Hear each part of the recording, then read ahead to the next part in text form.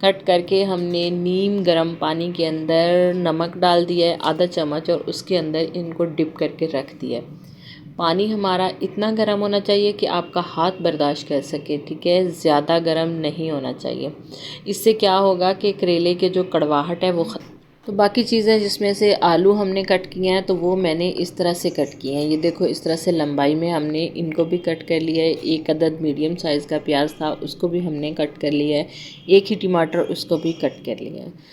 तो चूल्हा कर लेंगे ऑन और ऊपर रखेंगे कढ़ाई। यहाँ पे हम लेंगे जी 1 कप कुकिंग ऑयल का, ठीक है। जितना हमने कल ऑयल बचाया था उससे डबल आज इसमें इस्तेमाल होने वाला है।